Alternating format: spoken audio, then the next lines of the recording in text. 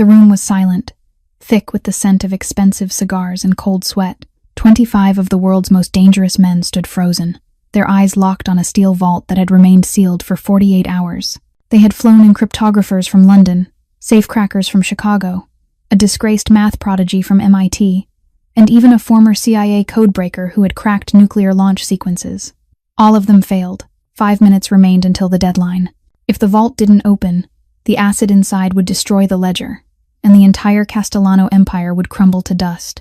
In the corner of the room sat Alexander Castellano, 36 years old, with a jawline sharp enough to cut glass and eyes like frozen espresso. The man no one dared look at directly, the king of New York's underworld. His gold lighter clicked rhythmically in the suffocating silence. Click. Like a countdown to someone's death. Then a glass shattered. A trembling waitress had dropped her tray near the door. She fell to her knees, scrubbing the floor with shaking hands. But as she worked, her eyes drifted upward to the impossible lock. She saw what 25 experts had missed, and she whispered 5 words that changed everything. Alexander Castellano pulled his gun. Not at her, but at the experts who had wasted his time and his money. Because the girl with the rag, the girl with a scar running down her left arm, the girl who had dropped out of MIT to pay for her dying brother's surgery, had just done the impossible. Her name was Cassandra Hartwell, and this is the story of how a waitress became the queen of the underworld. If you love stories of underdogs rising to power, hit that like button and subscribe to the channel. Share this with someone who needs to believe that impossible is just a word. The experts saw a lock. Cassandra saw a story waiting to be told.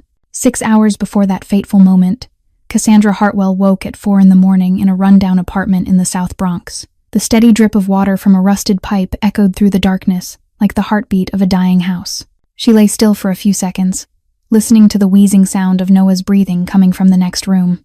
Every breath her 12-year-old brother took felt like a reminder that time was running out. The doctor had said Noah needed heart surgery within 6 months.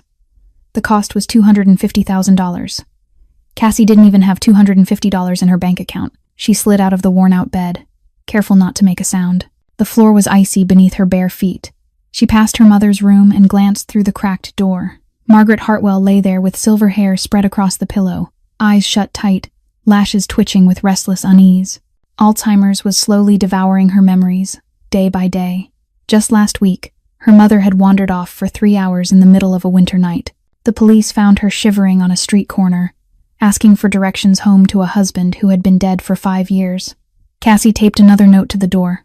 "Mom, it's Cassie. Don't go outside. I love you." She knew her mother might not remember who Cassie was when she woke up, but she kept writing anyway, every day, as if love could be preserved in ink on paper. The kitchen table was buried under unpaid bills. Electricity, water, 3 months of overdue rent, Noah's medication, her mother's care.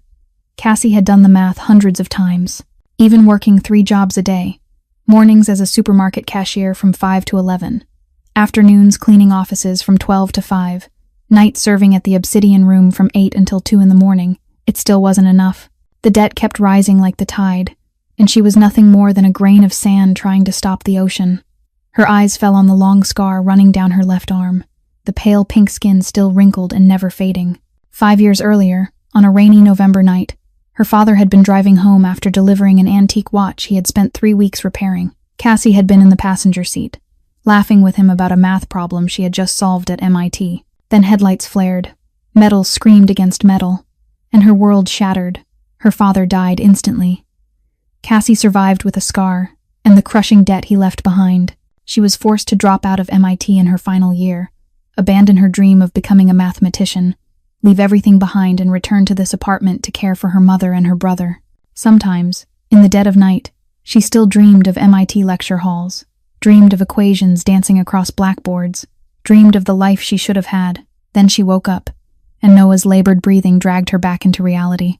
Cassie made a cup of coffee using cheap grounds and drank it quickly while pulling on her supermarket uniform. She looked at herself in the mirror, eyes sunken from lack of sleep, her face more hollow than it had been just a week ago. 28 years old, yet she looked closer to 40. Life had drained her 1 drop at a time. Before leaving, she stepped into Noah's room. Her brother lay curled beneath a thin blanket, lips tinged blue from lack of oxygen. She bent down and kissed his forehead. "I'll save you," she whispered, "no matter the cost." She didn't know that cost would arrive far sooner than she imagined, that tonight, in a VIP room at the Obsidian Room. Her life would change forever, that she would stand before an impossible safe and whisper 5 fateful words. But for now, Cassandra Hartwell was just an exhausted young woman stepping out of a crumbling apartment, bracing herself for another long day of work, unaware that this was the final day she would live her old life. 14 consecutive hours of work had drained Cassie to the bone as she pushed open the back door of the Obsidian Room at 7:45 in the evening. Her feet ached, and her back felt locked in place. But she didn't have the right to be tired. The final shift of the day was waiting, and this was the highest-paying job of her 3. She couldn't afford to lose it. The staff changing room was cramped and damp, the fluorescent light flickering as if it were about to die. Cassie opened her old locker and took out the black uniform with the white apron. She studied herself in the cracked mirror on the wall, trying to hide the dark circles beneath her eyes with a thin layer of powder. At the Obsidian Room, staff were required to look flawless. No one spending thousands of dollars on a single bottle of liquor wanted to see exhaustion on a server's face. Hartwell, the shrill voice cracked like a whip. Mr. Crawford stood in the doorway of the changing room, his face flushed red, beads of sweat dotting his bald forehead. He was the manager of the Obsidian Room, a 55-year-old man with a bloated body and the temperament of a venomous snake. You're 2 minutes late. I'm sorry, sir. The subway. I don't care about your subway. Crawford stepped closer, his breath heavy with garlic washing over Cassie's face. Tonight is the most important night of the year. If you mess up anything, you won't just lose your job. You'll wish you'd never been born. Do you understand? Cassie swallowed and nodded. Yes, sir. Crawford turned away, the sound of his hard-soled shoes echoing across the tile floor. Cassie exhaled, her hands trembling slightly as she fastened the buttons of her shirt. She was used to Crawford's cruelty, but tonight felt different. The air in the club was tighter than usual, as if the entire building were holding its breath for something yet to come. You okay? A gentle voice spoke up. Cassie turned and saw Marcus, a server who had worked here for 3 years. He was one of the few people in this place who treated her with any kindness. I'm fine, Cassie said, forcing a smile. Crawford's always like that. No. Marcus shook his head, lowering his voice, as if afraid someone might hear. I mean tonight. You don't know. Know what? Marcus glanced around, then pulled Cassie into a corner. Alexander Castellano. He's here tonight. In person. A chill slid down Cassie's spine. She'd heard the name. Who in New York hadn't? Alexander Castellano wasn't just a mafia boss. He was the shadow that ruled this city. People said he owned half the docks, a third of the politicians, and all of the fear. They said he could turn a man to ash without lifting a finger. They said no one who looked him in the eye lived to talk about it. The entire VIP area is locked down, Marcus continued, his voice shaking. Dozens of bodyguards. And they brought in something really big, covered in black cloth. No one knows what it is. Why is he here? Cassie asked. No one knows, but the energy in there is bad, Cassie. Really bad. I heard screaming from inside. Someone's going to get hurt tonight. Marcus gripped her shoulders, his eyes serious. Stay away from the VIP area. No matter what happens, don't go near it. Promise me. Cassie nodded, but unease coiled in her gut. She stepped onto the main floor of the Obsidian Room and was immediately overwhelmed by its opulence. Even after 3 months working here, she never got used to the sight. The club was a fortress of luxury hidden deep within Manhattan. The ceiling soared high above with crystal chandeliers worth millions of dollars. Amber and gold lighting was designed to make everyone look beautiful and dangerous at the same time. The black marble floor gleamed like a mirror. The walls were draped in deep red velvet soaked in the scent of money and secrets, and the clientele were not ordinary people. They were financial titans, powerful politicians, dealers who lived in the shadows. They drank $1,000 liquor like water, and they looked at servers the way one looked at objects. Cassie moved like a ghost between the tables. That was her superpower. She'd learned long ago that people with money didn't see servants. She was furniture. She was a walking liquor dispenser. And she was fine with that. She didn't want attention. She just wanted to survive the night, collect her tips, and go home to Noah. But as she passed the corridor leading to the VIP area, she felt something. Not a sound, because the space beyond was terrifyingly silent, but a sensation, as if an invisible force were pulling her toward the heavy oak door, as if fate itself were waiting on the other side. She shuddered, quickened her pace, and tried not to think about what Marcus had said. She didn't know that in just a few hours, she would walk through that door, and her life would never be the same again. 1 hour passed in relative calm. Cassie carried trays of drinks, wiped down tables, collected tips, and did her best to stay far away from the corridor, leading to the VIP area. Just as Marcus had warned her, she thought she might make it through the night without trouble. But fate had plans of its own. The sound of clattering glass erupted from the VIP hallway, followed by curses and hurried footsteps. Cassie turned to see Tommy, a new server who had only been here for 2 weeks, standing there trembling amid shattered glass and spilled liquor. He had dropped an entire tray of crystal glasses right outside the VIP room. Crawford charged in like an enraged bull. He grabbed Tommy by the collar, his face turning purple with rage. "You idiot! That's $10,000 worth of liquor. Get out of my sight right now." Tommy was dragged away, his face drained of color with fear. Crawford scanned the floor, searching for someone to deal with the mess. His gaze landed on Cassie, and she knew her peaceful night had just ended. "Hartwell, get the bucket and the special cleaning rags. Clean that up before Mr. Castellano sees it. And remember, be invisible." Cassie wanted to refuse. She wanted to say there were dozens of other staff who could do this, but she saw Crawford's eyes that said if she dared argue, she'd be fired on the spot. And she couldn't lose this job. Not with Noah depending on her. "Yes, sir." Cassie grabbed a bucket of water and cleaning rags from the supply room and walked toward the VIP corridor, her heart pounding hard in her chest. 2 massive bodyguards stood watch at the door, their black suits stretched tight over muscle. One of them had a long scar running across his cheek, his eyes cold as ice as they scanned Cassie from head to toe. "I'm here to clean," Cassie said, forcing her voice to stay steady. "Quickly, don't look around. Don't speak." The scarred guard growled, then shoved the heavy oak door open. Cassie stepped inside, and instantly it felt as if she'd crossed into another world. The music from the main floor vanished completely, replaced by a suffocating silence. The air was thick with the smell of ozone, old paper, and sweat, the smell of fear. Cassie knelt near the door and began gathering broken glass and blotting up spilled liquor, but her eyes couldn't help taking in the room, and what she saw made her hold her breath. At the center of the room stood a massive object unlike anything she'd ever seen. It was a safe, but not an ordinary one. It was a huge, polished steel cylinder, nearly as tall as a grown man. Its surface was covered in dizzyingly complex mechanical components. 6 analog dials were arranged in a circle near the top, their hands moving at different rhythms. Below them was a digital keypad with a screen flashing constantly changing number sequences. Brass gears turned slowly, meshing together like a mechanical symphony. This wasn't just a safe. It was a work of art, a puzzle forged in steel.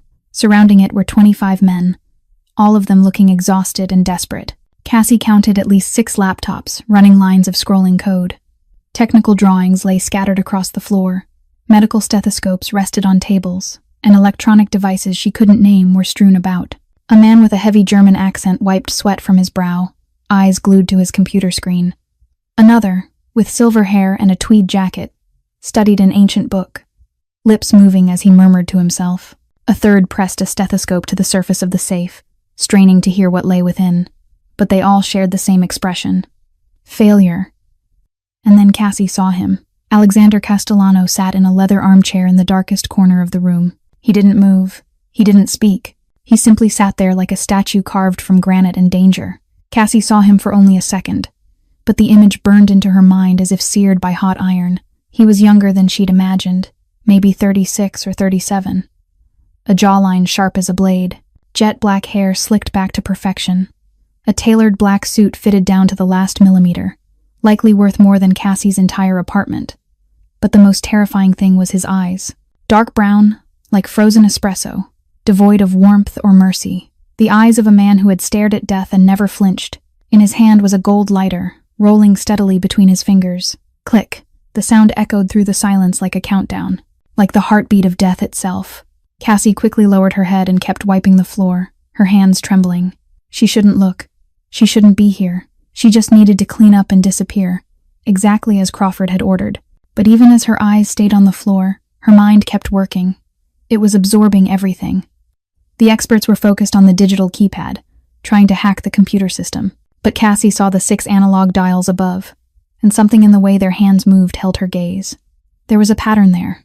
She was certain of it. A pattern that 25 experts were missing. Cassie kept wiping the floor, her hands scrubbing hard at the blood-red liquor staining the black marble. She tried to keep her head down, keep her breathing steady, keep herself invisible just as Crawford had ordered. But her mind refused to obey. It was working furiously, like a machine that had been shut down for too long and suddenly brought back to life. That was her curse, or her gift, depending on how one chose to see it. Since childhood, Cassie had never seen the world the way ordinary people did. She saw numbers hidden in everything. She counted the blinking rhythm of traffic lights, calculated the angle of staircases, recognized the Fibonacci pattern in the arrangement of sidewalk bricks. People called her strange. Teachers called her a genius. Her father called her special. Her father. When Cassie thought of him, her eyes lifted instinctively to the 6 analog dials on the safe. And in that instant, she was no longer in the fear-soaked VIP room. She was back in a small workshop in Brooklyn 15 years earlier, sitting on her father's lap while he explained antique clocks. Henry Hartwell was the finest clock repairman in New York, or at least that was what Cassie believed as a child. His workshop was filled with clocks from all over the world, intricate mechanical systems with hundreds of tiny gears meshing together in perfect harmony. He taught Cassie that every clock told a story. "Look closely, Cassie," he used to say, his eyes glowing behind his old spectacles. "Ordinary people only see the hands moving. You have to look deeper. Look at the rhythm. Look at the space between the beats. That's where the secrets live." Every Saturday night, they played a game.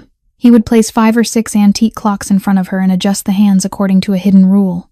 Her task was to find that rule. Sometimes it was the Fibonacci sequence. Sometimes it was an arithmetic progression.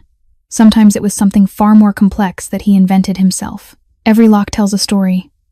"My girl," her father said on the last night they played that game, just 1 week before the accident, "the person who designs a lock isn't just trying to keep a secret. They're telling you who they are, how they think, what they love. If you understand the mind behind the lock, you'll open it." The memory dissolved as a voice rose in the room, thick with a German accent and heavy with frustration. "The algorithm changes every 10 seconds. We've tried every decoding method. It's impossible." Cassie glanced at the man who spoke, tall and thin, with blonde hair and bloodshot eyes from lack of sleep. He was staring at his laptop screen, where lines of code scrolled endlessly. All 25 experts were focused on the digital system. They were trying to hack the computer code. They were analyzing algorithms. They were using the power of modern technology to battle the safe. But they were looking in the wrong place. Cassie was certain of it. She looked again at the 6 analog dials, and this time she allowed her mind to do what it did best: analyze. On the first dial, the minute hand moved forward 3 marks. On the second, the minute hand moved backward 1 mark. On the third, the hand stayed still. On the fourth, the hand moved forward 5 marks. On the fifth, it moved backward 2 marks. On the sixth, it moved forward 7 marks. 3, 1, 0, 5, 2, 7. That wasn't random. It wasn't a simple Fibonacci sequence as Cassie had first assumed. It was a variation, a blend of prime numbers and another rule she had seen before. Her father had taught her this rule while repairing an antique Swiss clock for a wealthy collector. She remembered him smiling as he explained it, saying the designer of that clock was a mathematician who loved prime numbers but also loved to toy with anyone trying to decode it. The rule wasn't in the numbers themselves. The rule was in the distance between them. Cassie held her breath. She understood now. The digital system was a smokescreen. The keypad was a trap meant to distract. The designer of this safe didn't trust computers. He trusted mechanics. He trusted clocks. And he had hidden the real key inside the 6 analog dials that none of the experts had bothered to truly see. She knew how to open the safe. The only question was whether she dared to speak. Cassie lowered her head toward the floor, the rag in her hands having stopped moving without her even realizing it. Her heart pounded like a war drum, blood roaring in her ears. Every passing second, a battle between reason and the instinct to survive. She knew the answer. She knew how to open the safe. But should she speak? A voice inside her screamed, the voice of fear and logic combined. "Stay quiet. You're just a waitress. You're nobody. If you speak up and you're wrong, you'll die. If you speak up and you're right, you might still die for knowing too much.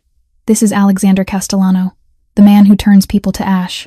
Keep your head down, finish cleaning, and disappear. That's how you survive."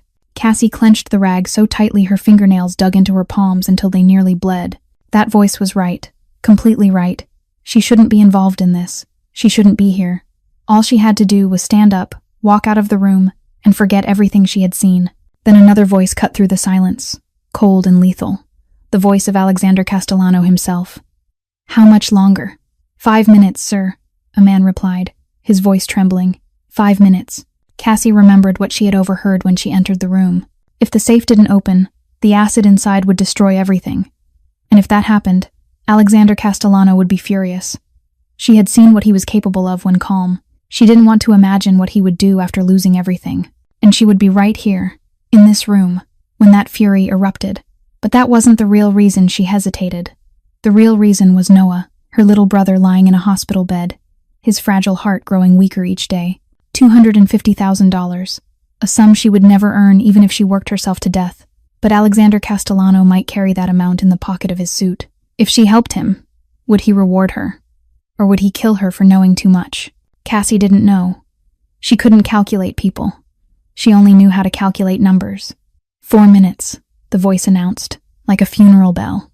Cassie closed her eyes for a single second. She thought of Noah, of his smile when she read to him, of the way he clutched her hand whenever he struggled to breathe, of the promise she had whispered that morning. "I'll save you. No matter the cost, even her own life." Cassie opened her eyes. The decision was made. She didn't know if this was courage or madness, but she knew that if she stayed silent and let the safe be destroyed, she would never forgive herself. She would spend the rest of her life wondering if this had been her only chance to save Noah. And she would rather die for trying than live with regret. She lifted her head. She looked straight at the safe, at the 6 dials turning in steady rhythm, and she whispered 5 words, her voice soft but clear in the deadly silence. "The clocks are the key." Time froze. 25 experts stood frozen in place. Fingers stopped tapping keyboards. Eyes stopped staring at screens. Everything in the room halted, as if someone had pressed pause on the entire universe. And then Cassie felt it. Those frozen espresso dark eyes drilling into her like twin blades of ice. Alexander Castellano had turned to look at her. For the first time, he truly saw her. Not looking through her like an object, but looking at her as a human being. The click of the lighter stopped. The silence grew so heavy Cassie felt it pressing against her chest like a stone. "Go on," Alexander Castellano said, his voice low and rumbling, like thunder before a storm. Cassie swallowed hard, her throat dry as a desert, her legs trembling as she slowly rose from where she had been kneeling on the floor. The rag slipped from her fingers and fell with a soft thud, but no one noticed. Every pair of eyes in the room was fixed on her. The waitress in a stained black uniform, with the long scar running down her left arm. "You're looking in the wrong place," Cassie said, her voice shaking slightly but holding steady. "The digital system is just a smokescreen. The person who designed this safe doesn't trust computers. He trusts mechanics. He trusts clocks." The German expert scoffed, his voice dripping with contempt. "Who are you to tell us we're wrong? I've cracked codes for the government for 15 years. You're just a waitress." "Let her speak," Alexander Castellano cut in, his voice sharp as a blade, and the German expert fell instantly silent. Cassie took a deep breath and stepped toward the safe, each footstep feeling as heavy as lead. 25 pairs of eyes burned into her back, but she didn't turn around. She focused only on the 6 analog dials turning steadily before her. "These 6 dials move according to a rule," she explained, pointing to each one in turn. "The first moves forward 3 marks. The second moves back 1. The third doesn't move at all. The fourth moves forward 5. The fifth moves back 2. The sixth moves forward 7. You think it's random, but it isn't." She turned to Alexander, and this time she didn't lower her gaze. 3, 1, 0, 5, 2, 7. That's a variation of prime numbers. The designer loves primes, but he doesn't use them directly. He uses the distance between consecutive primes, then reverses the order of each pair. "How do you know that?" Alexander asked, his voice emotionless though his eyes narrowed slightly. "Because my father taught me," Cassie replied, her voice catching as Henry Hartwell's memory rose in her chest. "He was a clock repairman. He said every lock tells a story, and the story of this safe belongs to someone who loves mathematics and hates computers." Without waiting for permission, Cassie raised her hand to the first dial, her fingers trembling as they touched the cold metal. She knew that if she was wrong, this would be the last act of her life. But she wasn't wrong. She turned the first dial to the number 2. Click. The second dial to 3. Click.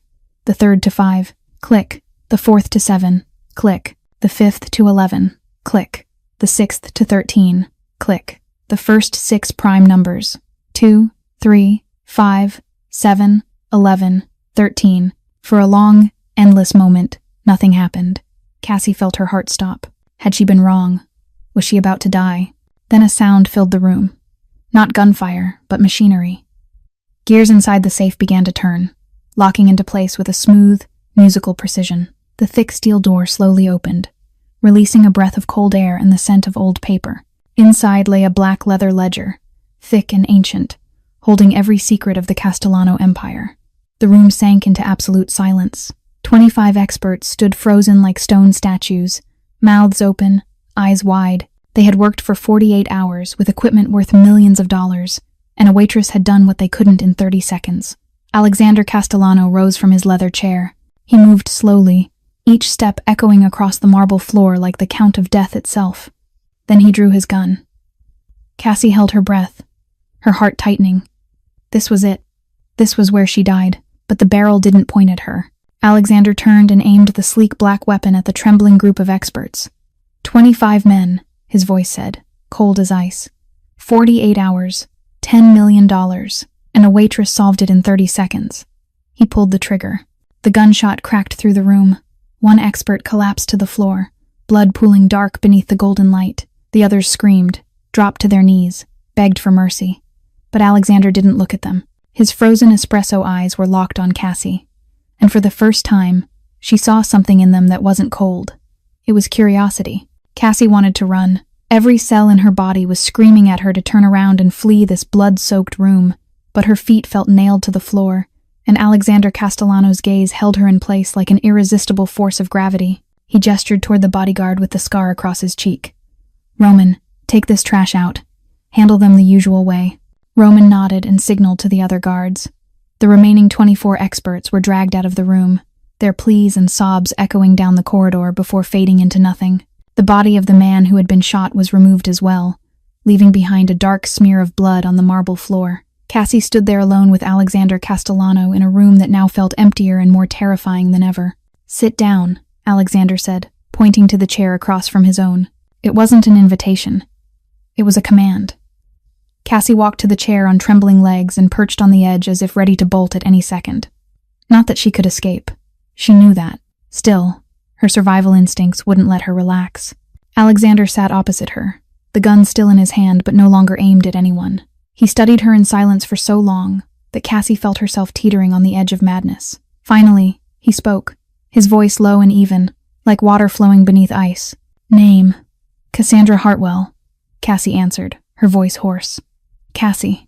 "Cassandra Hartwell," Alexander repeated, as though tasting each syllable. "A waitress who opens a safe that 25 of the world's top experts couldn't crack. You intrigue me, Cassandra, and very few people manage that." He leaned forward, elbows resting on his knees, his espresso dark eyes never leaving her face. "Where did you study?" "MIT, Cassie said. There was no point in lying. He would check, and if she lied, she'd die. "Applied mathematics. Final year." "Final year," Alexander echoed, one brow lifting. "You dropped out." "I had to." "Why?" Cassie was silent for a moment. The scar on her arm seemed to ache, as if it held its own memories. "My father died. A car accident. I had to come home to take care of my family."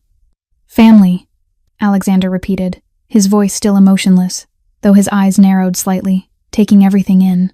"My mother has Alzheimer's. My brother is 12. He was born with a heart condition." Cassie swallowed. "He needs surgery within 6 months.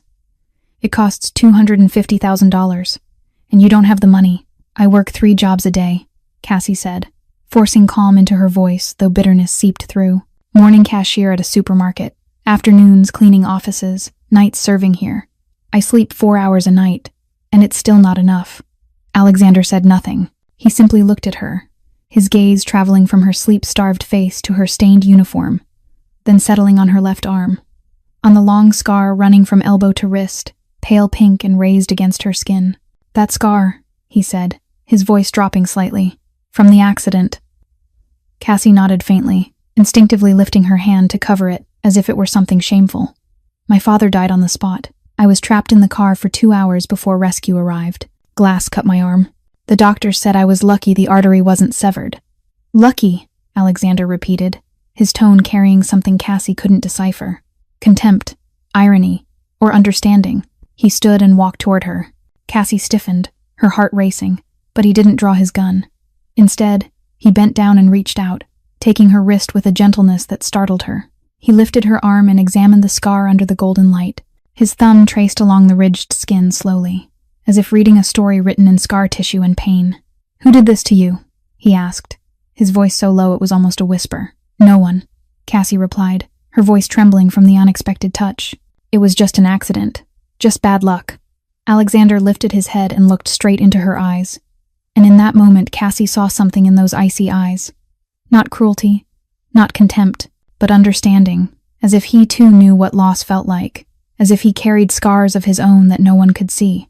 "Bad luck," he repeated, then released her wrist. He turned away and walked to the open safe, removing the black leather ledger. He flipped through a few pages, his eyes scanning the dense handwritten lines, then closed the book and turned back to Cassie. "You've seen the safe. You know what it contains. Normally, I'd kill anyone who knew this ledger existed." Cassie held her breath, her heart tightening. "But you're different," Alexander continued, stepping toward her slowly. "You're intelligent, you're brave, and you're desperate." He stopped directly in front of her, looking down with unreadable eyes. "Desperate people are the most dangerous, or the most loyal." "What do you want from me?" Cassie asked, forcing steadiness into her voice, though her heart thundered in her chest. Alexander smiled. It was the first smile she'd seen on that cold, handsome face, and it didn't make her feel safer. It made her feel like prey that had just caught a predator's attention. "You'll find out," he said. "But first, you're not leaving this building until I say so. Roman will take you to a room. We'll talk more in the morning." He turned and headed for the door, but before stepping out, he stopped and spoke without looking back. "And Cassandra, don't think about running. I'll find you, and next time, I won't be this kind." Cassie didn't sleep at all that night. The room Roman brought her to was a luxurious suite on an upper floor of the obsidian room, complete with a king-size bed, silk sheets, and windows overlooking the Manhattan skyline. It looked like a 5-star hotel room, and it felt just as much like a beautifully decorated prison. She lay on the bed with her eyes wide open, staring at the ceiling as her mind replayed the images from the night before over and over again. The gunshot, the blood on the marble floor, Alexander Castellano's frozen espresso eyes, and the strange gentleness of his fingers tracing the scar on her arm. When the first light of dawn slipped through the curtains, the door opened. Roman stood there, his expression carved from stone. "Mr. Castellano is waiting. Follow me." Cassie was led through long corridors lined with red carpet, into a private elevator, and up to the highest floor of the building. When the elevator doors opened, she stepped into a world completely different from the dark club below. This was a penthouse office with floor-to-ceiling glass walls, offering a sweeping view of Manhattan waking under the early sun. The furniture was minimalist, but so expensive Cassie could almost feel its value just by looking at it.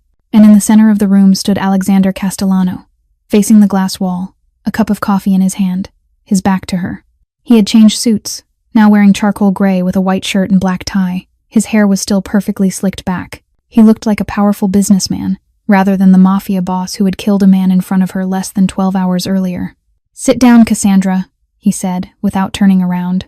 Cassie took the black leather chair across from the desk, sitting straight, her hands folded tightly in her lap. She tried to stay calm, but her heart was pounding like it wanted to tear free from her chest. Alexander turned, walked to the desk, and sat across from her. He set the coffee down, then slid a leather briefcase toward her. "Open it." Cassie opened the briefcase with slightly shaking hands. Inside was a thick stack of documents, and on top lay a photograph. Noah lay in a hospital bed, his small face pale, a breathing tube taped beneath his nose. "Your brother," Alexander said calmly, as if discussing the weather. "Noah Hartwell, 12 years old, congenital heart disease with chronic asthma, requires valve replacement surgery within 6 months. Estimated cost $250,000, not including postoperative care." Cassie felt the blood drain from her body. He had investigated her family. In just a few hours, he knew everything. "And this is your mother." Alexander flipped to the next page, revealing another photo. Margaret Hartwell stood on a street corner, her expression vacant and lost. Margaret Hartwell, 58 years old, early-stage Alzheimer's. Last week she wandered for 3 hours during the night. You were fortunate the police found her before anything happened. "What do you want?" Cassie asked, her voice breaking with fear and anger. "I want to offer you a job." Alexander leaned back, his eyes never leaving her face. "You'll work for me. As an advisor. The Italians call it a consigliere. You'll use that brilliant mind of yours to analyze finances, detect fraud, and solve problems ordinary people can't. In return, I'll cover the full cost of Noah's surgery, the best doctors in the United States, the finest hospital, Complete post-operative care. He tilted his head slightly. And I'll hire a private nurse to care for your mother 24 hours a day. A new apartment in Manhattan. Safe and comfortable. All your debts will be erased. Cassie sat there, unable to believe what she was hearing. It was everything she needed. Everything she had dreamed of. Everything she had worked herself to exhaustion for over 5 years and still couldn't reach. And he was offering it to her on a silver platter. But at what cost? No, Cassie said, her voice trembling but firm. Alexander raised an eyebrow, genuine surprise crossing his face for the first time. No, I don't want anything to do with the Mafia, Cassie said, standing up. I saw you kill someone last night. I know who you are and what you do. I don't want to be part of that world. I just want to go home to my family. She turned and walked toward the door, but Alexander's voice cut through the room behind her, cold and sharp as a blade. You think you can refuse? Cassie stopped, her hand gripping the door handle. You've seen the ledger, Cassandra. You know it exists. You know what it contains. Normally, anyone who knows that never leaves this building on their own feet. He stood and approached her slowly. I'm giving you a choice. One I've never given anyone. Work for me and your family will be protected, cared for, allowed to live. Or refuse and... He stopped directly behind her, his warm breath brushing the back of her neck, and disappear. You, your mother, and that poor boy Noah with the fragile heart. Tears welled in Cassie's eyes, but she bit her lip hard to keep from crying. She turned to face Alexander, meeting his icy gaze head-on. This isn't a choice, she said, her voice shaking. This is a threat. Yes, Alexander admitted without shame. And that's how my world works. You're smart, Cassandra. You know you don't truly have a choice. Cassie closed her eyes. She thought of Noah, of his weak smile that morning when she left. She thought of her mother, of the lost look when she couldn't remember her own daughter. She thought of all the nights she had cried alone in that rundown apartment, praying for a miracle. The miracle had come. It just came from hell instead of heaven. All right. Cassie opened her eyes and looked straight at Alexander. I accept. Alexander smiled, the smile of a victor. Welcome to the Castellano family, Cassandra. 3 days later, Cassandra Hartwell's life had changed completely, at least in material terms. She stood in the middle of a penthouse, spanning more than 300 square meters on the top floor of Castellano Tower, staring at a level of luxury so unreal it felt like a dream. The floors were made of pristine white Italian marble. Floor-to-ceiling glass walls opened onto a sweeping view of Manhattan, the Hudson River winding in the distance. The furniture was custom designed, each piece likely costing more than an entire year of rent from her old South Bronx apartment. A glossy black grand piano rested in the corner of the living room, and inside her closet, tailored suits and dresses had already been prepared, every piece fitting her body perfectly as if it had been sewn directly onto her skin. Cassie didn't know how they had gotten her measurements, and she didn't dare ask. She stepped closer to the glass wall and placed her hand against its icy surface. Manhattan stretched below her like a vast tapestry of light and shadow. From here, she could see the entire world, yet she couldn't touch it. The glass doors didn't open.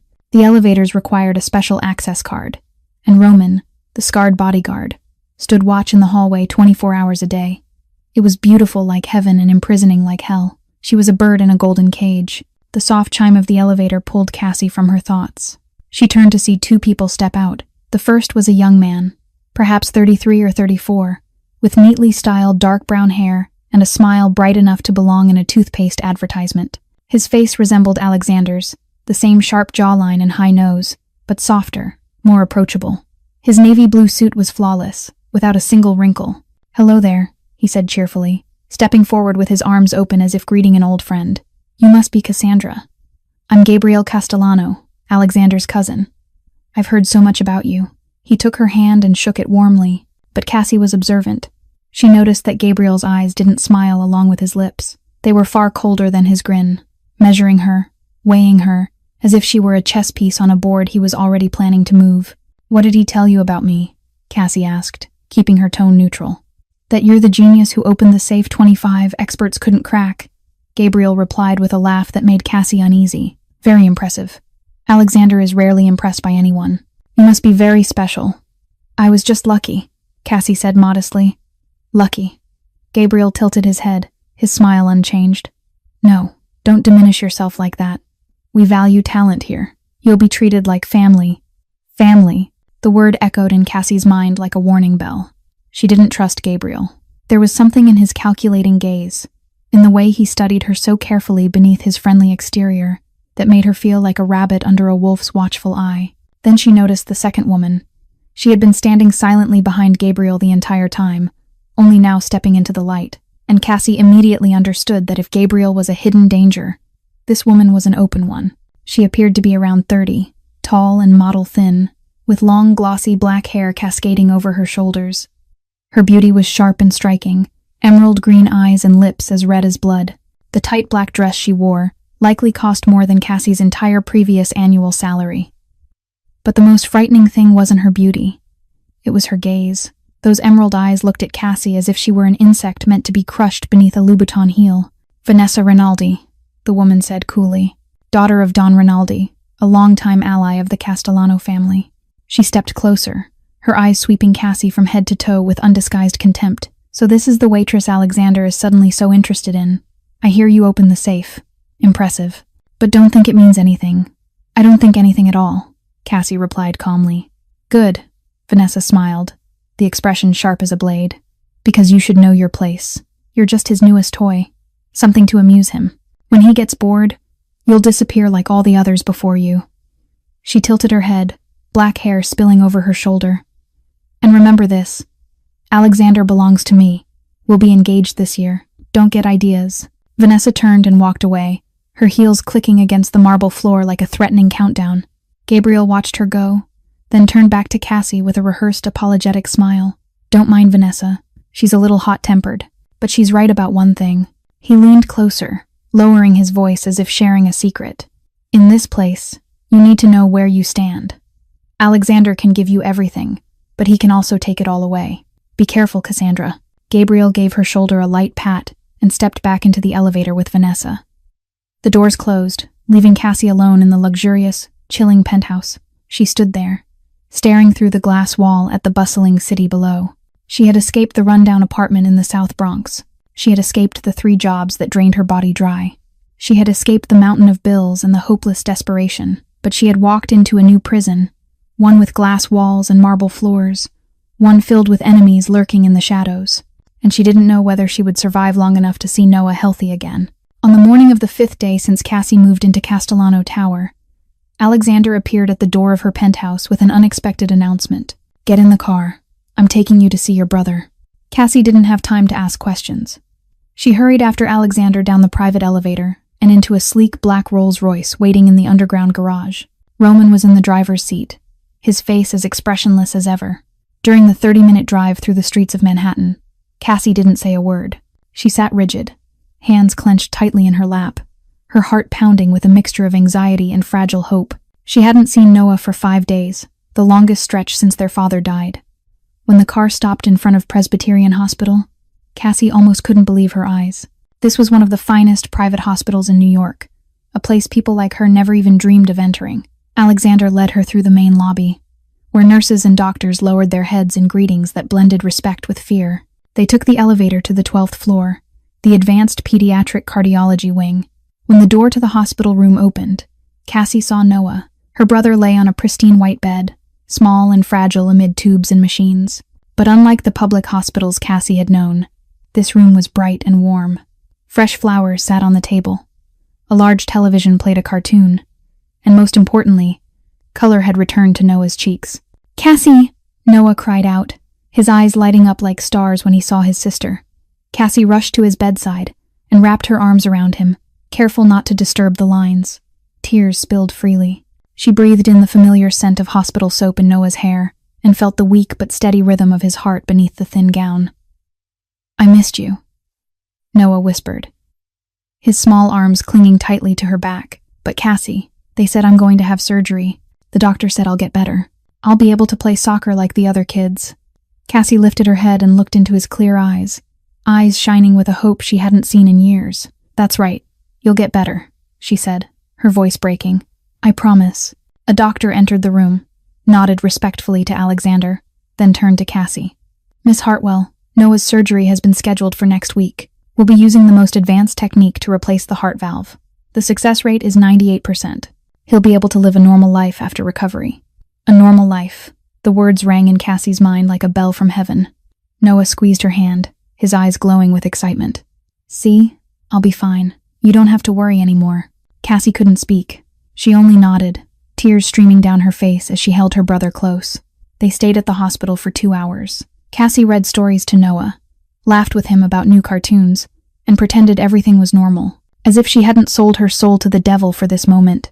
When they left, Noah waved from the hospital window, his small face radiant with joy. Cassie waved back until the car turned the corner, and he disappeared from sight.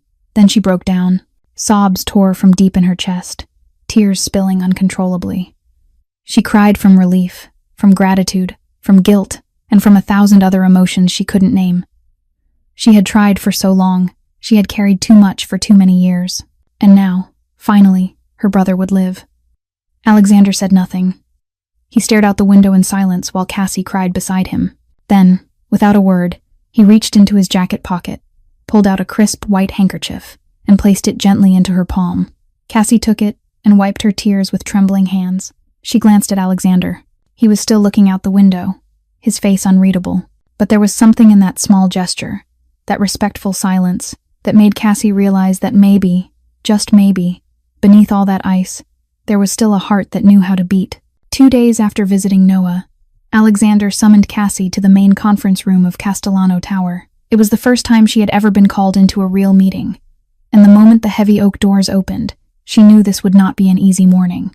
The room was vast, dominated by a long mahogany table that could seat 20 people. Today, only 8 men were present.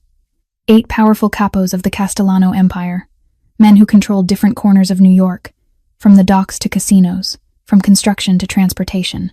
They were all middle-aged, dressed in expensive suits, heavy gold rings weighing down their fingers, eyes sharp as razors.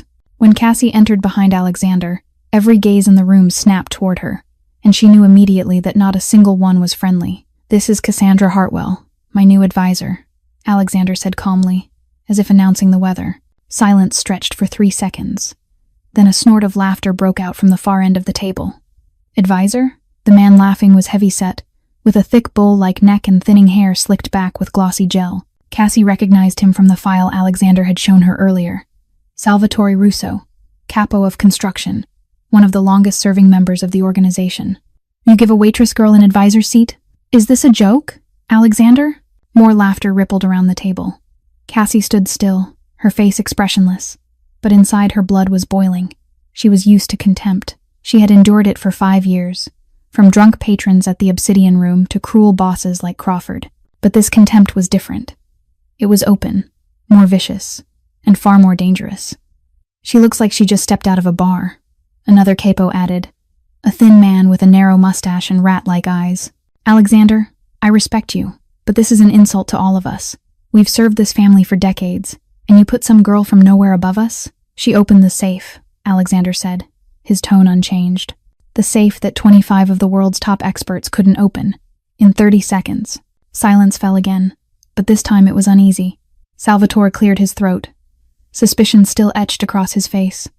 "Then let her prove it. If she's really as smart as you say, have her do something useful instead of standing there like a flower vase." Alexander turned to Cassie, his espresso dark eyes unreadable but expectant. He was testing her, watching to see if she could defend herself. Cassie drew a deep breath. She stepped to the table and placed the leather folder Alexander had given her that morning on the polished surface. Inside were the financial records of each capo for the past 6 months, numbers Alexander had ordered her to analyze. "Mr. Russo," Cassie said, her voice calm and clear. "Over the past 6 months, your construction division reported revenue of $120 million and net profit of $18 million, correct?" Salvatore raised an eyebrow, his expression still smug. "Correct. So, wrong." Cassie opened a file and turned to a page marked with red circles. "I analyzed your financial data using Benford's law. In naturally occurring financial datasets, the number 1 appears as the leading digit about 30% of the time, 2, about 17%, then decreasing logarithmically." She met Salvatore's eyes without blinking. "In your records, the number 1 appears as the leading digit only 14% of the time.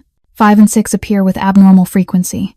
That means your numbers are fabricated, created, rather than naturally generated by business activity." Salvatore's face drained of color in under 2 seconds. "You're talking nonsense. I don't understand that math garbage. Let me put it simply." Cassie turned to the next page. You've embezzled $1,200,000 over the past 18 months. You broke the amounts into transfers under $10,000 to avoid detection, but you failed to realize that doing so creates a distinctive numerical pattern. She slid a sheet of paper toward him. These are the bank accounts in the Cayman Islands you used to hide the money, and these are the wire transfer records.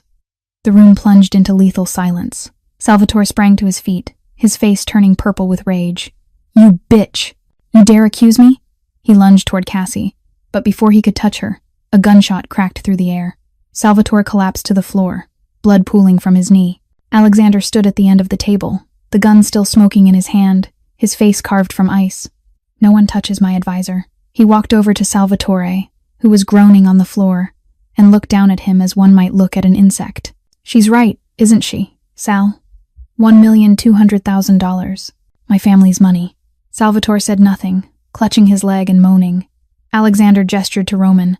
Take him to the basement. Handle it by procedure. As Salvatore was dragged from the room, Alexander turned to the remaining 7 capos. Every one of them had gone pale, heads lowered, eyes avoiding his.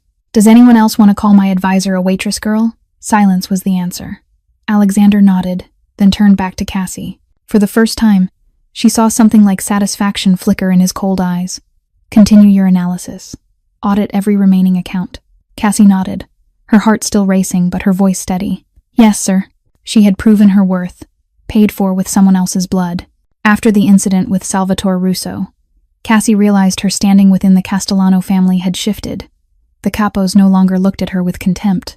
They looked at her with fear, and she didn't know which was worse. 3 days after the meeting, Gabriel Castellano appeared at Cassie's penthouse with a bottle of red wine and that familiar smile. She hadn't invited him in, but he stepped through the door as if the place belonged to him. You did very well at that meeting, Gabriel said, pouring wine into 2 glasses without asking. Salvatore was a bastard. He deserved what he got. Cassie accepted the glass, but didn't drink. She'd learned quickly in this place never to drink anything she hadn't poured herself. What do you want? She asked. Straight to the point. I like that. Gabriel settled onto the sofa, crossing his legs comfortably. I just want to warn you, as someone who's been here far longer than you. Warn me about what? About Alexander. Gabriel took a sip of wine, his eyes never leaving her face. You think he's protecting you, but do you know what he did to the last woman he cared about? Cassie stayed silent, but her heart began to race. She'd heard Vanessa mention Alexander's former fiancée, but no one ever spoke in detail. Isabella, Gabriel said, lowering his voice as if sharing a state secret. She was Alexander's fiancée, beautiful, intelligent, and madly in love with him. They were supposed to get married 5 years ago. She was killed by enemies, Cassie said, recalling what she'd heard. That's the version Alexander wants everyone to believe. Gabriel smiled, but the smile was cold enough to chill bone. The truth is, Isabella wanted out. She wanted Alexander to leave the mafia and live a normal life. When he refused, she threatened to go to the police. He leaned closer, voice dropping. A week later, she disappeared. No body was ever found. Enemies. Maybe. Or maybe Alexander solved the problem himself. He never lets anyone leave him. A chill ran down Cassie's spine, but she kept her face neutral. She didn't trust Gabriel. There was something in his calculating eyes, in the way he studied her reaction, that put her on guard. He hadn't come to warn her. He'd come to plant doubt. Thank you for sharing, she said coolly. I'll keep it in mind. Gabriel raised an eyebrow, seemingly surprised by her composure, then stood, the smile still in place. Just remember, you can trust me if you ever need someone to talk to. I'm not like Alexander. I know how to listen. He left, abandoning the untouched glass of wine and a tangle of questions in Cassie's mind. She hadn't had time to think them through when the door opened again, and Vanessa walked in as if she owned the place. I saw Gabriel here, Vanessa said, emerald eyes sweeping the room. Interesting. Are you trying to seduce both cousins now? I'm not seducing anyone, Cassie replied, keeping her voice steady despite the heat rising inside her. Doesn't look that way. Vanessa approached, heels clicking against the marble floor. You think you're smart because you exposed Salvatore. You think that makes you safe. No, little sister. It makes you a target for everyone. She stopped inches from Cassie, eyes cold as ice, and I'll be first on that list. Alexander is mine. The Rinaldi family and the Castellano family promised this long before you were scrubbing bathroom floors. Don't think you can change anything. I don't care about Alexander that way, Cassie said plainly. I'm just doing my job. Keep lying to yourself. Vanessa smiled, the expression sharp as a blade. "But remember this, I'm watching you, every single step." When Vanessa left, Cassie stood alone in the luxurious, frigid penthouse. She looked out through the glass wall at the restless city below and made a decision. She couldn't trust anyone here. Not Gabriel with secrets offered too easily. Not Vanessa with open threats. And maybe not even Alexander with his unreadable eyes.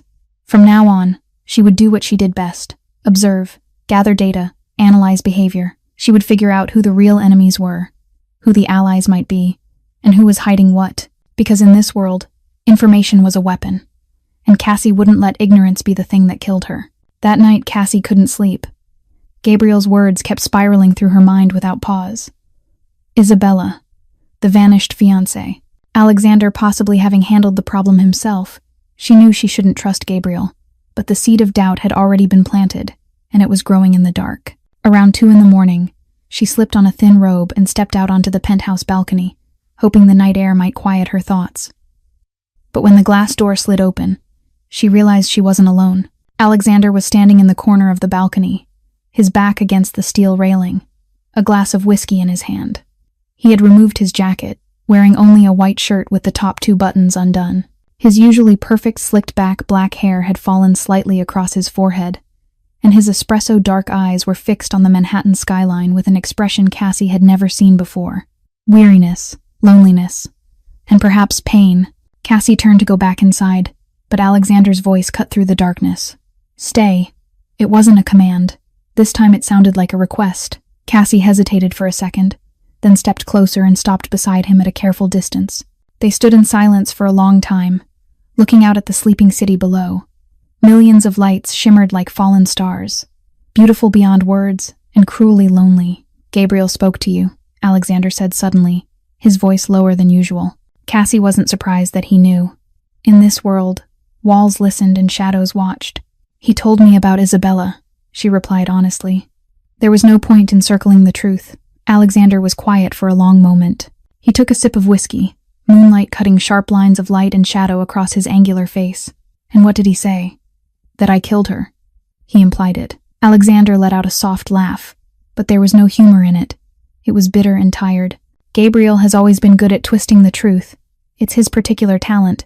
He turned to look at Cassie, his eyes in the darkness deep as bottomless wells. "Do you want the truth?" Cassie nodded, her heart beating faster. "Isabella was the daughter of an ally," Alexander began, his voice low and even, as if telling someone else's story. "We were arranged from a young age, but I truly loved her. She was beautiful, intelligent, and she was the only person who ever dared to argue with me." He paused, looking down at the whiskey in his glass. "She wanted me to walk away from everything, sell it all, move somewhere no one knew us, live a normal life. And I almost agreed. What happened? My father died suddenly, a heart attack. I had to take over the empire before I was ready. Isabella begged me to leave, but I couldn't. This empire is built on generations of my family's blood and tears. I couldn't let it collapse." Alexander leaned his head back and stared at the starless sky. "She said she would wait, that she understood. But a month later, my father's enemies found her. They wanted revenge. They kidnapped her to force my hand." His voice trembled slightly, almost imperceptibly. "I did everything. Paid ransoms, negotiated, begged, but they never intended to release her. They only wanted to see me kneel." He closed his eyes. "When we found her, it was too late. They had killed her on the first day. Everything else was just a game to them." A sharp ache bloomed in Cassie's chest, not for herself, but for the man standing beside her. She had seen him kill without blinking.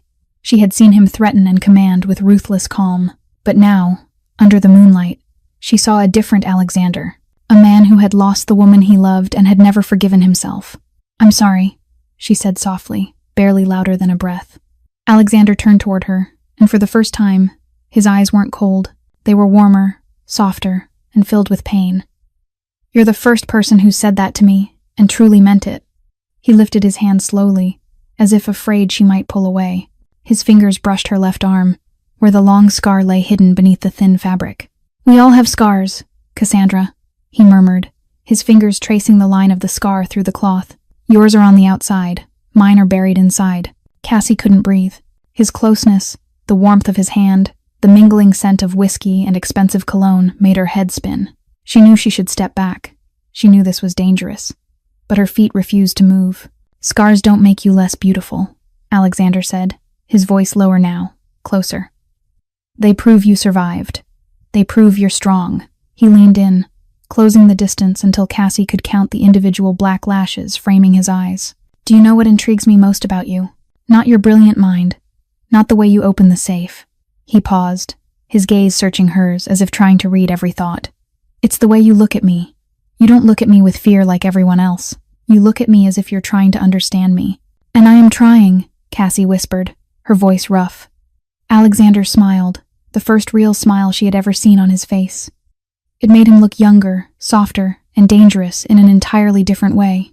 "Good night, Cassandra," he said, then stepped back, leaving a cold emptiness where his warmth had been. He turned and walked inside, leaving Cassie alone on the balcony with her heart racing and 1,000 unanswered questions. 1 week after that night on the balcony, Cassie began to sense that something was wrong with her body. At first, it was only mild dizziness whenever she stood up too quickly. She blamed lack of sleep, stress, 100 other excuses she invented to calm herself. Then came the nausea. Every morning when she woke up, she had to rush to the bathroom and vomit bitter bile, even though her stomach was empty. She told herself it was probably because the food here was far richer than anything she had ever eaten before, that her body simply wasn't used to it. Then her vision began to change. The edges of her sight blurred, as if she were seeing the world through a thin veil of fog. She thought maybe she needed new glasses. She kept working, kept analyzing the books, kept sitting through meetings with the capos, kept pretending that everything was normal.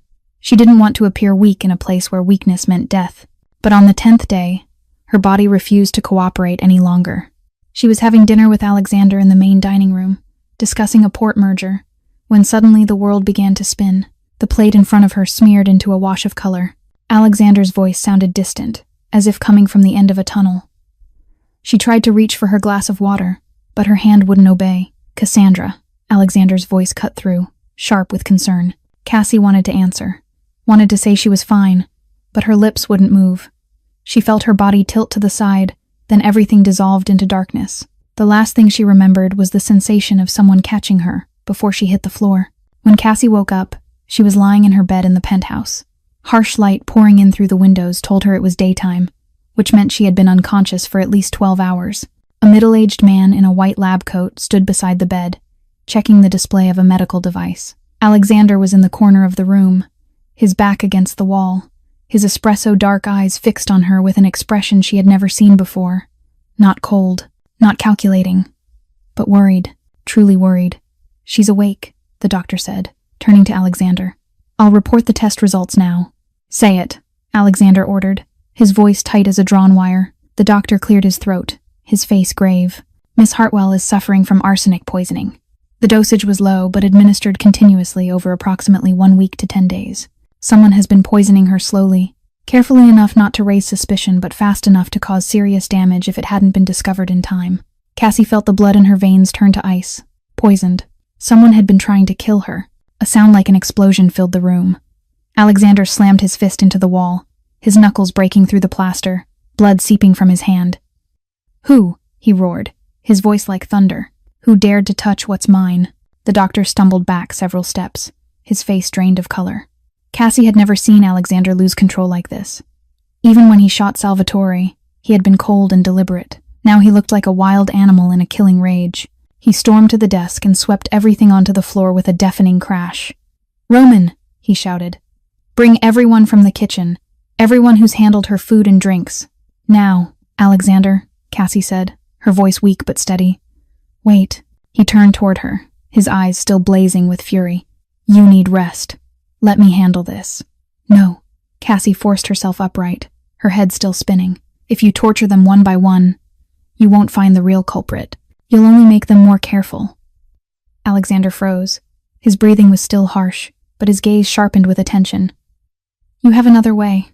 Let me analyze it," Cassie said, her mind already working despite her weakened body. "The arsenic was administered continuously over 1 week to 10 days. That means it had to be in something I consumed every single day." She closed her eyes, searching her routine. "I don't eat breakfast in the same place every day.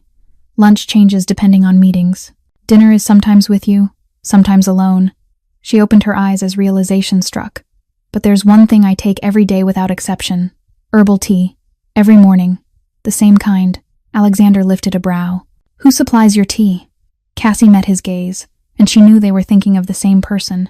Vanessa, she said, her voice turning cold. She gave me a box of herbal tea on my first day here. Said it was good for my health. Helped me relax. I thought it was a gesture of peace, so I drank it every morning. Alexander was silent for a long moment. When he spoke, his voice was ice-sharp. But Vanessa isn't smart enough to plan this alone. She's impulsive and hot-headed. Slow poisoning requires patience and calculation. Cassie nodded. She agreed. Someone else is behind this. Someone who wants me gone but doesn't want to get their hands dirty. She looked straight at Alexander. Who benefits most if I disappear? They both spoke the same name in their minds. Gabriel. Alexander acted immediately. Within 2 hours of Cassie regaining consciousness, Vanessa Rinaldi was taken to the basement of Castellano Tower for interrogation. Cassie was not allowed to go down there, but she heard the screams echoing through the ventilation system, the screams of a woman being broken piece by piece. When Alexander returned to the penthouse 3 hours later, his shirt sleeves were streaked with blood and his face was carved from stone.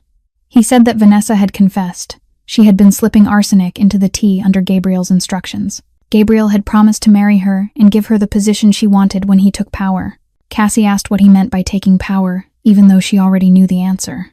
Alexander said Gabriel was planning a coup. He wanted Cassie gone first because she was the only one capable of uncovering his irregular financial transactions. After that, he intended to eliminate Alexander himself. A chill ran through Cassie as she thought of Gabriel with his warm smile and calculating eyes. Gabriel with his false warnings about Alexander.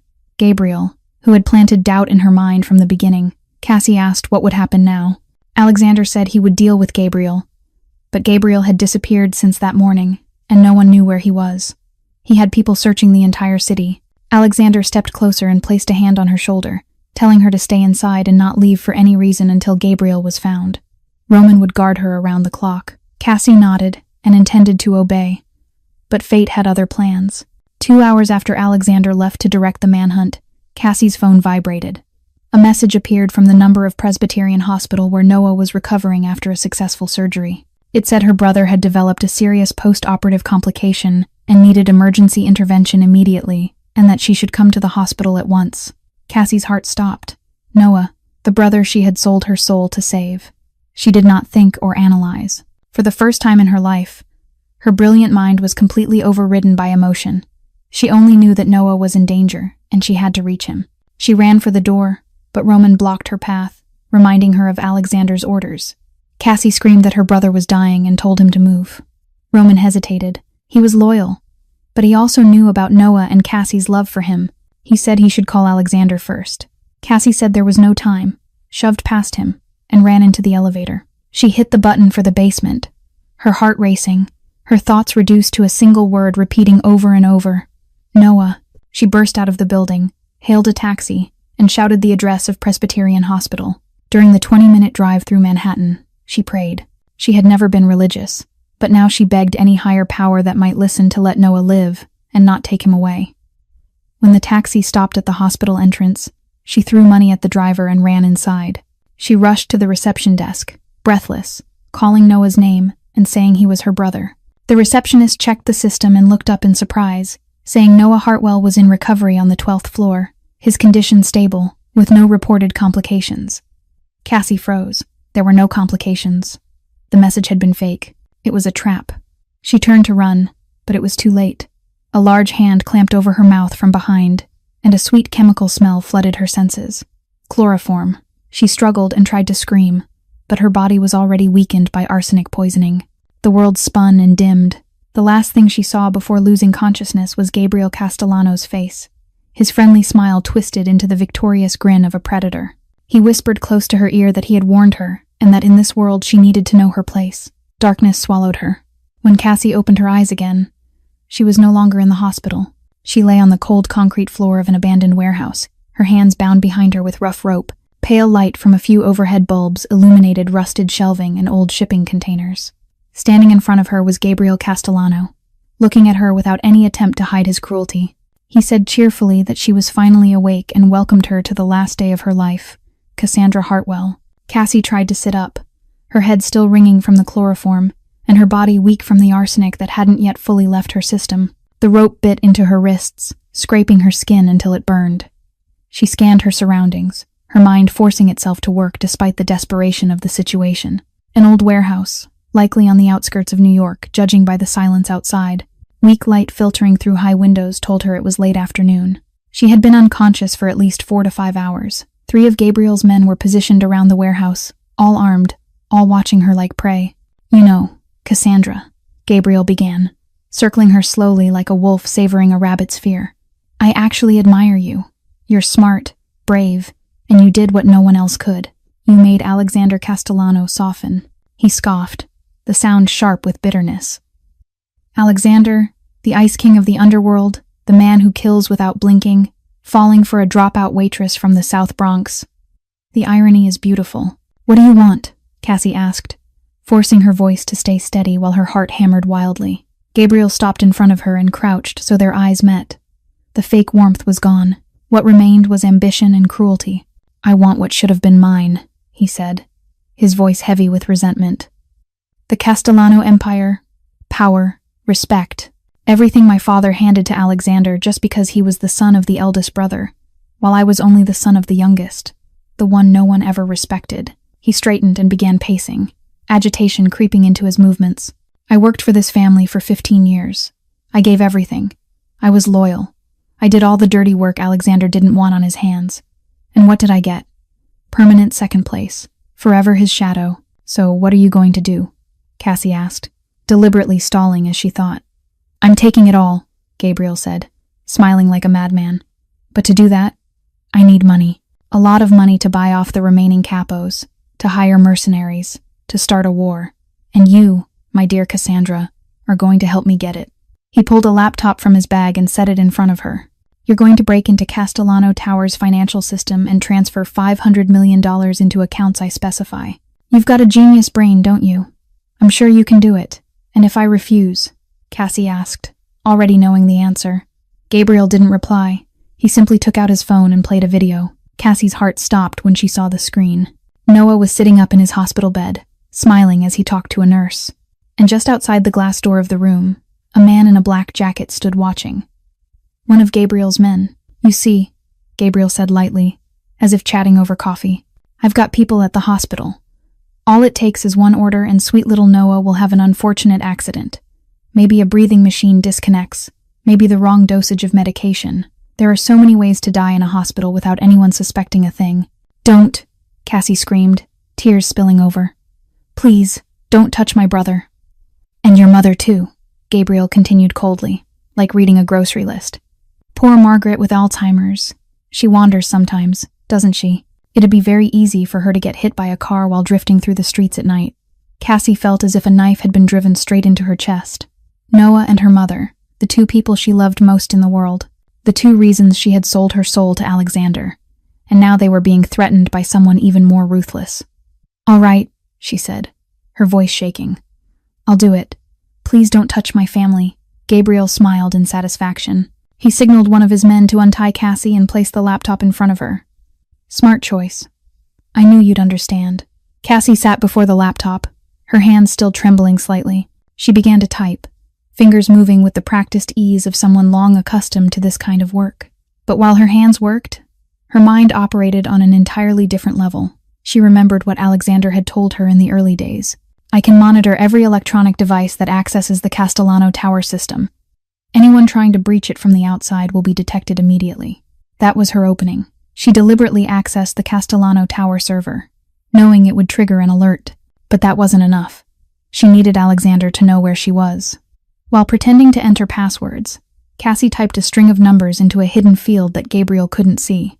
40, 74, 14, 72, GPS coordinates of the warehouse, encoded as a mathematical equation she and Alexander had discussed during a data analysis session. She intentionally used the same prime number variation, the same rule she had used to open the safe. If Alexander saw the sequence, he would understand. He had to. "Why is this taking so long?" Gabriel asked, suspicion creeping into his voice. "The security system has multiple layers," Cassie replied, forcing calm into her tone. "I'm trying to bypass the firewall without triggering an alert." Gabriel nodded, apparently accepting the explanation. He didn't know that Cassie had already triggered the alert on purpose. He didn't know that at that very moment, a signal was being sent. Cassie could only pray that Alexander would receive it in time, before Gabriel lost patience, before Noah and her mother were harmed, before she became just another body added to the long list of people who had dared to challenge the cruelty of the underworld. 40 minutes crawled by in suffocating tension. Cassie kept pretending to work on the laptop, stretching time by every means she could. She talked about encryption layers, about complex firewalls, about anything that would convince Gabriel she was trying. In truth, she was praying that Alexander had received the signal, praying that he had decoded the numbers, praying that he was on his way. Gabriel began to lose patience. He paced back and forth, glanced at his watch, and his eyes grew darker with every passing second. He told her she was taking too long, his voice heavy with threat, and that he was starting to think she was playing games. Cassie said she was doing everything she could, her heart pounding, reminding him that Alexander's security systems were sophisticated and that Alexander wasn't stupid. 5 more minutes, Gabriel said as he pulled out his gun and aimed it directly at Cassie's head. If she didn't finish, he would call his man at the hospital. Cold sweat slid down Cassie's spine. She didn't know whether Alexander had received the signal. She didn't know whether he had decoded it. She only knew that she was running out of time. Then it happened. A deafening explosion ripped through the main entrance of the warehouse. The steel door was blown outward by a flash grenade. Blinding white light flooded the space, and in that instant of chaos, hell broke loose. Gunfire erupted from every direction. Cassie instinctively dropped to the floor, covering her head with her arms. She heard screams, shattering glass, bullets tearing through the air above her. Through the gaps between her fingers, she saw dark figures storming into the warehouse, moving with the precision and coordination of highly trained fighters. At their head was Alexander Castellano. He moved like a lethal ghost, the gun in his hand firing without pause. One of Gabriel's men went down, then the second, then the third. Roman was right behind Alexander, guarding his flank, the automatic weapon in his hands cutting down all resistance. In less than 30 seconds, all 3 of Gabriel's men lay motionless on the floor, blood pooling black beneath the dim lights. But Gabriel was not easily caught. In the chaos, he lunged toward Cassie. Before she could react, he grabbed her by the hair, yanked her upright, and dragged her against his body as a shield. The cold barrel of a Glock 19 pressed hard against her temple. He screamed for them to back away, his voice wild, threatening to blow her head off if anyone moved. Alexander froze mid-step. His gun was raised, but there was no clean shot. Gabriel was almost entirely hidden behind Cassie, exposing only part of his shoulder and head. Alexander told him to let her go, his voice icy, but carrying a slight tremor that only Cassie noticed. He said this was between them, and that she wasn't involved. Gabriel laughed hysterically, and said she was the reason everything had fallen apart. The reason Alexander had uncovered his plan. That without this smart little bitch, he would have succeeded. He tightened his grip on Cassie's hair until she cried out in pain. He said Alexander would let him go and that he was taking her with him. And if Alexander did anything stupid, she would die first. Cassie felt the gun press harder into her temple. She knew Gabriel was desperate, and desperate men were the most dangerous of all. He could pull the trigger at any moment, but in that instant, her mind began to work. She glanced down at the gun pressed against her head. A Glock 19. She had seen this weapon in Castellano family armory reports. She remembered every detail, every specification, including common mechanical issues. And she remembered one thing that could save her life, or end it. She called Gabriel's name, her voice shaking but loud enough for Alexander to hear. He told her to shut up. She said it was a Glock 19. She told him she had seen it at the party the previous week and asked whether he cleaned it regularly. She said there was rust on the ejection port. Gabriel demanded to know what nonsense she was talking about, but his voice wavered. She said the friction coefficient was too high, that at this firing angle the gun would jam if he pulled the trigger, that he wouldn't kill her, he would only turn himself into a target. He shouted that she was lying, but she felt the pressure of the barrel loosen just slightly. He was hesitating. She reminded him that she was the woman who had opened the impossible safe, that she understood machines, mechanics, weapons, and asked whether he really wanted to gamble with his life. There was a single second of razor-sharp silence. Then Gabriel made the fatal mistake. He glanced down at the gun for just a fraction of a second to check whether she might be right. A fraction of a second was all Alexander needed. Cassie didn't see the knife fly. She only heard the sound of air tearing, followed by Gabriel's scream of pain. The blade buried itself deep into his right shoulder, striking the joint where arm met torso. The gun clattered to the floor. Cassie surged forward, tearing free from his grip. She fell to the ground, rolled aside, and when she looked up, Alexander was already on Gabriel. He slammed him down, his boot crushing the traitor's throat. He said the gun was completely clean, no rust at all. He turned to Cassie, and something like admiration flickered in his espresso dark eyes. He said she had bluffed. Cassie pushed herself upright, her body still shaking from fear and adrenaline. She said she had calculated the probability of Gabriel's insecurity, that he knew she was intelligent, and that she had used his own doubt against him. Alexander studied her for a long moment, then nodded. He ordered Roman to take Gabriel to the basement, saying they had many things to discuss. They returned to Castellano Tower when it was already late at night. Cassie was examined once more by the private physician, who confirmed that the arsenic had almost entirely cleared from her system, and that all she needed was rest. But she couldn't rest. Not while Gabriel and Vanessa were still alive. Not while justice hadn't been carried out. Alexander took her down to the basement, a place she had never been allowed to set foot in before. It was a cold space of bare concrete walls and pale fluorescent lights. Gabriel was tied to a steel chair, his shoulder still bandaged where the knife had struck, his face drained of color from blood loss and fear, with none of the arrogant confidence he once carried. In the corner of the room, Vanessa Rinaldi sat curled on the floor, her jade-colored eyes swollen from hours of crying.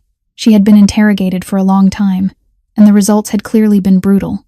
Alexander stood at the center of the room, looking at the two traitors with eyes as cold as ice. Then he did something that shocked everyone present. He turned to Cassie. He said they had tried to kill her, that they had poisoned her, kidnapped her, threatened her family, and asked how she wanted to deal with them. Cassie looked at Alexander, then at Gabriel and Vanessa. She saw the fear in their eyes, the silent pleading to be spared. A part of her wanted them dead, wanted them to pay in blood for what they had done to her, to Noah, to her mother. But another part of her, the part her father had nurtured for years, reminded her that she wasn't a killer. She said not to kill them, her voice calmer than she expected. Alexander raised an eyebrow, clearly surprised. He asked if she wanted to spare them. She shook her head and said no, that she wanted them to live, but to live in disgrace. She stepped closer to Gabriel and looked down at the man who had nearly killed her, saying that death was too easy, that it ended everything in a moment, but living after losing everything, living while being despised by the world, living with the knowledge of complete failure, that was true punishment. She turned back to Alexander and told him to send them to the family prison in Sicily, to force them to labor for the rest of their lives, to live each day in humiliation, knowing they once had everything and lost it all to their own greed. Alexander studied her for a long moment, his espresso dark eyes unreadable, then nodded as a faint smile crossed his lips. He told Roman to prepare the flight to Sicily and to take them away that very night. As Gabriel and Vanessa were dragged out, their screams and pleas echoed through the corridor. But Cassie didn't turn back. She had made her decision and didn't regret it. Later that night, after everything had been settled, Cassie stood alone on the penthouse balcony, looking out over Manhattan swallowed by darkness, millions of lights flickering like stars scattered across the ground. She had nearly died that day. She had stared death in the face, felt the cold press of a gun against her temple, and she had survived. Footsteps sounded behind her, and she didn't need to turn around to know who it was. Alexander came to stand beside her and said she should sleep. She told him she couldn't, that every time she closed her eyes she saw that gun again. They stood in silence for a long time, watching the city below, until Alexander spoke, his voice lower than usual, almost a whisper. He said he had been afraid. Cassie turned to him in surprise. It was the first time she had ever heard Alexander admit fear. He said that when Roman reported she had disappeared, when he realized it was a trap, he had been afraid that he would lose her the way he had lost Isabella, that he would arrive too late again, that he would once more watch someone he cared about die because he couldn't protect them. He turned to her, and in his espresso-colored eyes Cassie saw something she had never seen before. Not cold calculation, not control, but vulnerability. He said that when he decoded her sequence of numbers and understood she was sending a signal, he realized something else, that she had trusted him, that in the most dangerous moment she had chosen to believe he would come, that she had placed her life in his hands.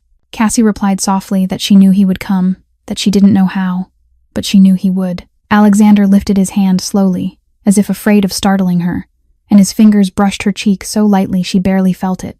He whispered her name, his voice rough, saying he didn't know how to speak about emotions, that he had never been good at it, but that she had changed something in him, that she made him want to be better, made him want to protect her at any cost. Cassie felt her heart racing.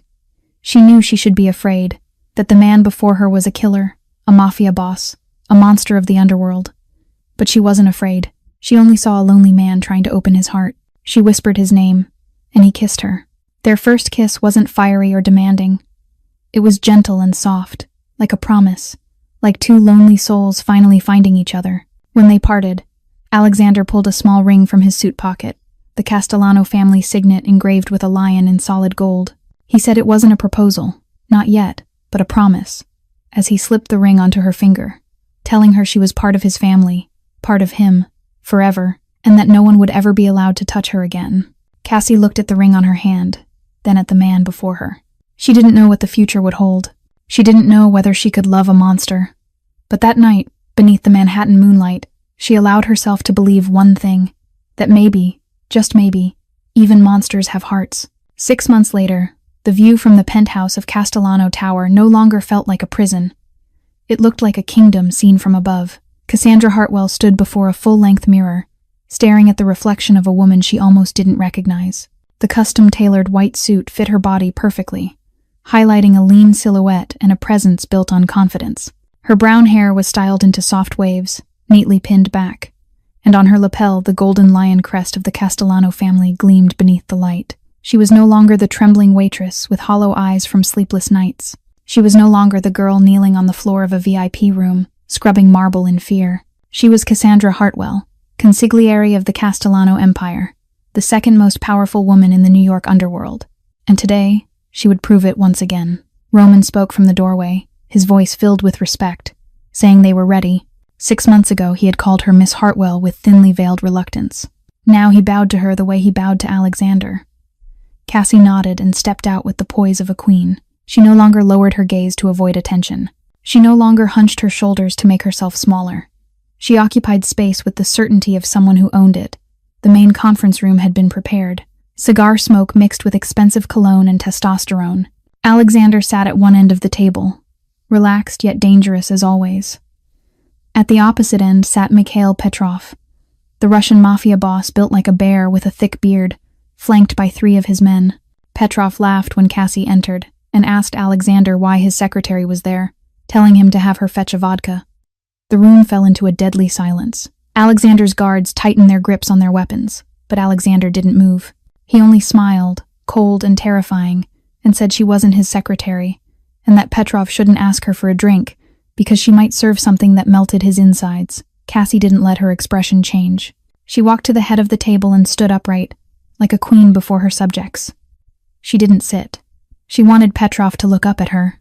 She said they weren't there for social pleasantries, her voice cutting through the cigar smoke like ice, and that they were there to discuss the 15% Petrov had stolen from their Atlantic City joint venture. Petrov slammed his hand on the table, his face flushed, shouting that it was nonsense and that he respected every agreement. Cassie opened her leather briefcase, pulled out a thick file, and tossed it onto the mahogany table. She said she had analyzed the venture's financial records using Benford's law and asked if he knew what that was. Cassie didn't waste time on a math lesson. She simply leaned forward, her eyes piercing through Petrov. I've already applied the same statistical law that exposed Salvatore Russo to your ledgers, Mikhail. Benford's law doesn't lie, even if you do. She tapped the red circles on the file. Your numbers are too clean, too calculated. In a real business, the digit distributions follow a natural curve. Yours look like they were typed by a nervous accountant trying to hide a deficit. Petrov opened his mouth to speak, but Cassie didn't let him. She said he had thought breaking the money into transactions under $10,000 would help him avoid detection, but he had forgotten that structuring creates an abnormal numerical pattern that anyone with statistical knowledge could spot. She slid another document toward him and said it was a list of Swiss bank accounts under the name of his mistress, Natasha Volkov, along with transfer records totaling $4 million over 18 months. Petrov's face went from red to pale in 3 seconds. He looked at Alexander, then back at Cassie, as if he couldn't believe a woman had just exposed him in front of everyone. Cassie continued without emotion, saying Alexander wanted war and bloodshed to punish the betrayal, but that she had done the math, and war was expensive in lives, money, and time, all of them costs. Then she presented her offer. She pushed another paper toward him and said he would sign over the Newark port to them, valued at $10 million, as a penalty for thinking he was smarter than her, and they would forget this ever happened. Petrov looked to Alexander, hoping for negotiation, but Alexander only met his gaze with ice-cold eyes and nodded toward Cassie, telling him she was the one making the decision and that he should listen. 10 seconds of silence passed. Then Petrov, the Russian Mafia boss who had ruled New York for 20 years, picked up the pen and signed. When the Russians left, the room felt empty. Alexander stood and walked to Cassie with a glass of red wine, whispering that it had been ruthless and that he had never seen Petrov that afraid. Cassie took a sip and replied that she had only balanced the equation, that he had stolen and had to pay, and that mathematics had no emotions. Alexander let out a rare, warm laugh and said the empire had expanded by 30% without a single bullet, all thanks to a woman with a genius mind and a mathematical law. Cassie looked out the window at Manhattan, bathed in purple and gold twilight. 6 months ago, she had been a waitress scrubbing floors. Today, she had expanded a criminal empire without violence. She had become something no one expected, a queen of the underworld. After the Russians left, Alexander led Cassie out onto the penthouse balcony. The sunset was painting Manhattan in vivid shades of purple and gold, skyscrapers reflecting the light like massive jewels. They stood side by side in silence, watching the city shift from day into night. Alexander handed her a glass of red wine, a classic Chianti she'd learned to love over the past 6 months. "You know," Alexander said at last, his voice warmer than usual, "when I watched you face Petrov today, I thought of something." "What?" Cassie asked, taking a sip. "That I'm the luckiest man in the world." He turned to her. His espresso-dark eyes were no longer cold or calculating, but gentle, almost tender. "You saved this empire. You saved me. And you gave me a reason to believe that life isn't just darkness." Cassie felt her heart quicken. She set her glass on the railing and faced the man who had changed her life. "Alexander, I just did what I'm good at, seeing patterns other people miss. And that's why I love you." Before she could react, Alexander slowly dropped to one knee. Cassie's breath caught as he pulled a black velvet box from his jacket. Inside lay a brilliant diamond ring, the center stone surrounded by smaller diamonds arranged in the shape of a lion, the symbol of the Castellano family. "Cassandra Hartwell," Alexander said, his voice trembling for the first time since she'd known him. "You entered my life like a storm. You overturned everything I thought I knew about myself. You proved that real power doesn't come from guns or money, but from intelligence and heart." He looked up at her, eyes locked on hers. "The last time I gave you a ring, I said it wasn't a proposal. This time, it is. Will you marry me? Will you be my partner in everything in this empire, in life, in love?" Cassie looked down at the man kneeling before her. 6 months ago, she'd been an exhausted waitress, juggling 3 jobs and drowning in bills. She'd knelt on marble floors in VIP rooms where no one even looked at her. Today, the king of New York's underworld was kneeling before her, asking her to be his wife. "Yes," she said, tears of happiness streaming down her face. "But I have one condition." Alexander raised an eyebrow. "What condition?" "I manage the finances," Cassie said, smiling through her tears. "You spend way too much money on suits." Alexander laughed, a real, warm laugh that echoed across the Manhattan skyline. He stood, slipped the ring onto her finger, pulled her into his arms, and kissed her beneath the glowing sunset. And when they parted, Cassie looked into the eyes of the man she would marry and knew that the equation of her life had finally balanced. From a girl scrubbing floors to a queen of the underworld, Cassandra Hartwell didn't just shatter the glass ceiling. She cracked the impossible safe. Her story proves something powerful. Real power doesn't belong to the loudest voice in the room. It belongs to those who can see the patterns others overlook. Experts saw a locked safe. Cassandra saw a story. And you, what would you do? If you were standing in front of an impossible safe with 5 minutes on the clock, would you break the code or collapse under the pressure? This story reminds us that the most underestimated people often carry the greatest strength, that intelligence can defeat violence, that love can grow in the darkest places, and that it's never too late to change your destiny. If you enjoyed this story, please like and subscribe to our channel so you don't miss our daily videos. Share this with someone who needs to believe that nothing is impossible. We'd love to hear from you. How did this story make you feel? Have you ever been underestimated only to prove everyone wrong? Tell us in the comments below. We read every single one, and we value your voice. Wishing you good health, peace, and a life filled with quiet strength. Thank you for being with us. See you in the next story.